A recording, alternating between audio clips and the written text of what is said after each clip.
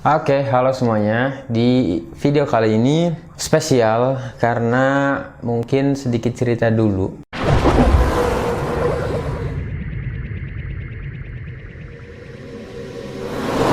Sejak bulan Mei dan ketika habis Lebaran itu saya kenal aplikasi yang namanya Quora.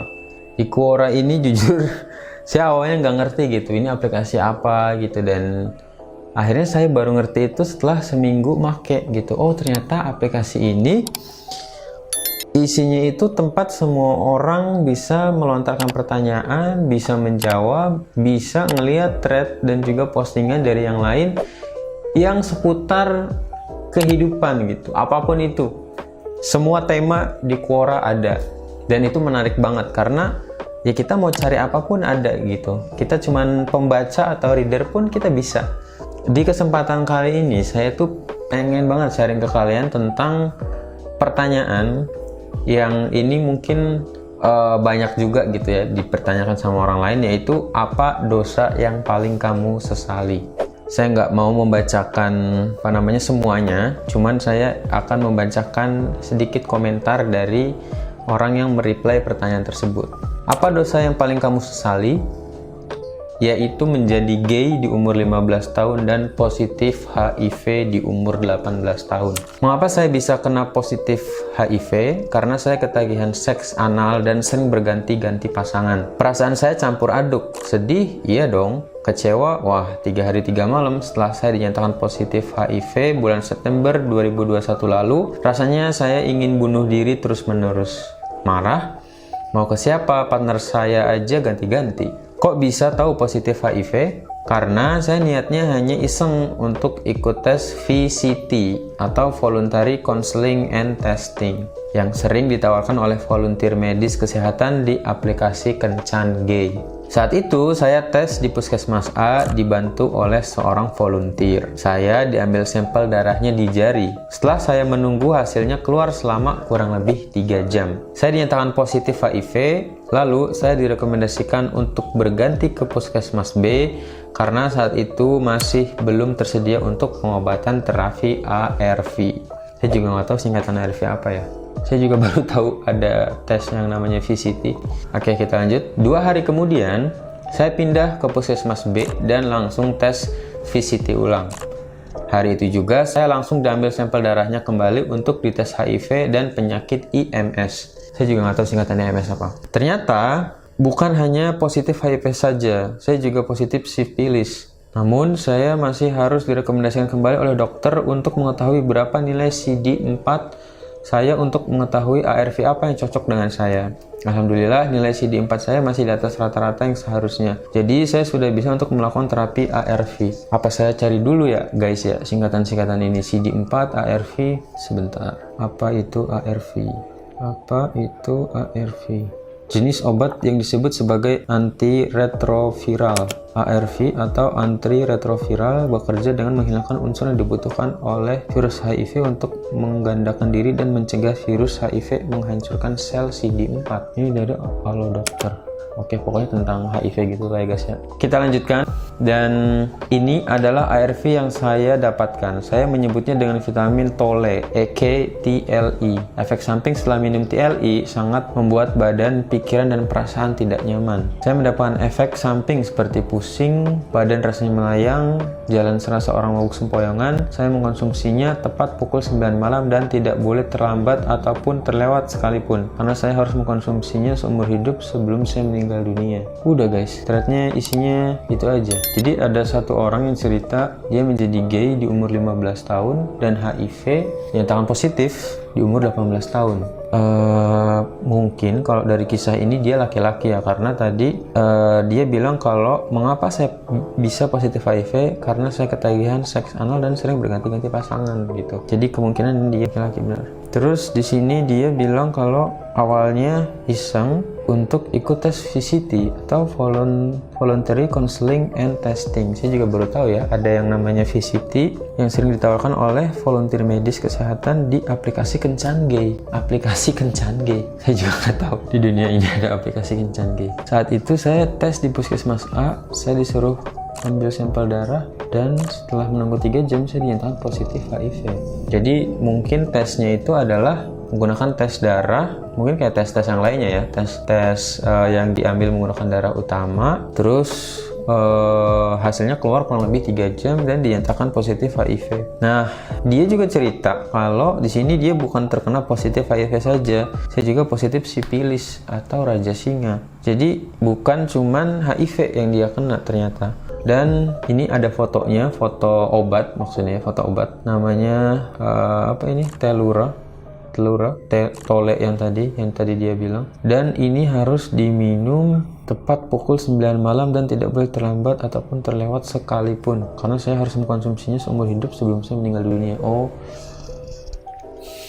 jadi obat yang dia minum ini, saya juga nggak tahu ya berapa harganya gitu. Ini obatnya wajib diminum jam 9, nggak boleh kelewat dan nggak boleh telat sekalipun. Saya nggak tahu harus ngomong gimana. Cuman yang paling pertama yang harus disorot dari kisah ini adalah menjadi gay adalah sebuah kesalahan terbesar gitu di cerita ini ya. Menjadi gay secara agama, secara norma, secara berhubungan suami istri itu salah gitu. Dari segi manapun salah. Nggak ada yang namanya gay atau hubungan antar laki-laki. Dalam segi Islam yang saya percaya dan banyak juga dikisahkan, diceritakan di zaman-zaman para nabi dulu, gay, homo, lesbi dan penyakit-penyakit lainnya itu mereka akan dirundung gitu, mereka akan dijauhkan dari masyarakat. Artinya nggak boleh ada yang ngedeketin dia, nggak boleh ada yang berinteraksi sama dia, nggak boleh ada yang tahu mungkin ya kalau dia itu gay. Ya karena itu penyakit gitu. Ibaratnya orang bawa virus, terus dia keluar ke umum, ke tempat publik untuk menyebarkan virus itu gitu. Mungkin ada yang diem-diem nggak ngaku sebagai gay atau homo atau lesbi dan lain sebagainya, tapi sebagaimanapun menutup-nutupin ke masyarakat, setidaknya diri kita sendiri tahu gitu kalau harusnya diri kita ini sadar ada yang menyimpang gitu, nggak boleh didimin. Yang namanya tadi ya, ibaratnya LGBT ini ibarat virus. Setiap orang yang membawa virus itu wajib untuk disembuhkan, disterilkan, diasingkan dulu gitu. Ya sama seperti LGBT juga gitu. Jadi ya nggak boleh dianggap normal, dinormalisasi, apalagi dilegalkan. Itu udah satu langkah yang benar-benar hancur kalau misalnya udah sampai legal hubungan antar sejenis gitu ya. Ya mungkin banyak gitu orang yang komen dan bilang yang mereka mensupport gitu gerakan LGBT, gerakan pecinta sesama, gerakan pecinta sesama jenis, atau mereka yang mensupport LGBT dan lain sebagainya. Saya tuh heran gitu, apa mereka yang mendukung ini menolong juga bagi mereka yang terkena sifilis, HIV, tadi yang disebutin gitu, penyakit-penyakit lainnya. Banyak banget gitu kasus yang mungkin kita nggak tahu di dunia ini ternyata gara-gara hubungan sejenis jadinya sakit, jadinya harus gini-gini. Yang mengkoar-koarkannya itu apakah mereka juga ngebantu gitu, baik secara real, emosional, ngasih dukungan uang, atau dalam bentuk apapun lah, apa mereka ngasih dukungan gitu. Misal ada satu pasangan gay dan salah satu pasangannya tadi mungkin terkena HIV AIDS, apa mungkin dari kelompok gay ini saling support gitu, ayo kamu bisa ya ngasih uang atau ngasih dukungan moral? Saya rasa enggak gitu. Kalaupun ada ya mungkin sedikit dari mereka yang mendukung gitu. Justru yang banyak mendukung dan mendoakan adalah dalam tanda petik orang-orang normal, mendoakan mereka supaya kembali lagi ke fitrahnya yang laki-laki atau perempuan. Dan iya, jangan sampai gitu kalian masuk ke dalam gerakan ini, mendukung gerakan ini, ikut melegalkan gerakan-gerakan yang kayak gini yang jelas-jelas dari segi apapun udah salah gitu. Dan ya satu lagi yang paling penting adalah yang namanya hubungan sejenis, baik didasari atas hal apapun. Ada yang bilang saya tuh dari lahir udah bawaannya kayak gini, saya udah ditakdirkan Tuhan kayak gini. Nggak ada yang namanya kesalahan absolut yang dibenarkan gitu. Kalau salah menurut Tuhan, menurut agama, menurut fitrah, ya salah gitu. Nggak ada laki-laki yang bisa nikah sama laki-laki lagi, nggak ada perempuan yang bisa nikah sama perempuan lagi. Gitu aja, gampang banget gitu. Laki-laki sama perempuan, perempuan sama laki-laki. Gak pernah ada ceritanya laki-laki yang nikah sama laki-laki kemudian hamil gitu. Kalaupun ada pasti dibuat-buat lah. Kalaupun ada juga pasti dirangkai lah ceritanya, dibuat-buat lah supaya seolah-olah laki-laki ini beneran hamil dan melahirkan. Karena secara fitrah pun itu nggak mungkin gitu. Dan ya efeknya adalah yang tadi saya bacakan gitu. Dan semoga teman-teman yang mungkin lihat video ini atau baca juga thread tentang HIV, AIDS, dan bahayanya LGBT, ya semoga teman-teman yang baca ini jadi tersadarkan gitu.